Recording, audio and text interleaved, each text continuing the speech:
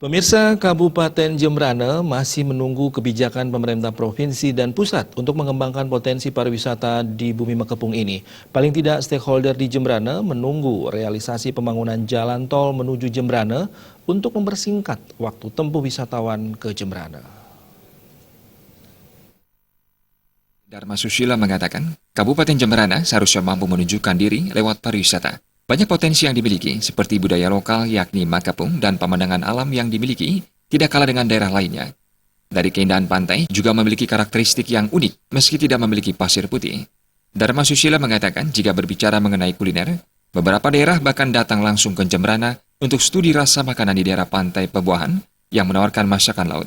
Sementara harapan adanya perhatian dari pemerintah provinsi dan pusat belum terwujud hingga saat ini. Menurut politisi Gerindra ini, wacana jalan tol dari Denpasar menuju Jembrana harus segera dilaksanakan. Karena dengan langkah ini yang bisa mempercepat pengembangan potensi di Kabupaten Jembrana. Terjadi kendala atau terjadi kecelakaan di jalan, ini akan menjadi kemacetan. Nah, solusinya bagaimana pemerintah, baik provinsi maupun pemerintah pusat, jadi untuk pemerataan ekonomi masyarakat di Bali, jalan ekonomi pariwisata, bisalah segera mewujudkan tol untuk sempit jarak pariwisata.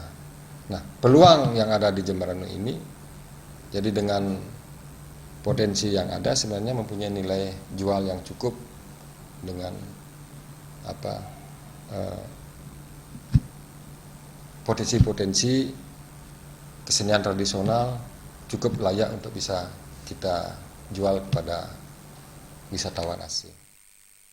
Ditambahkannya, selama ini pemerintah kabupaten beserta stakeholder terkait sudah berupaya semaksimal mungkin untuk membangun pariwisata di Jembrana. Namun diakui, mengembangkan pariwisata di Jembrana memerlukan kajian dan dukungan penuh dari pemerintah provinsi dan pusat. Jaya dan Sufiatna, Bali TV.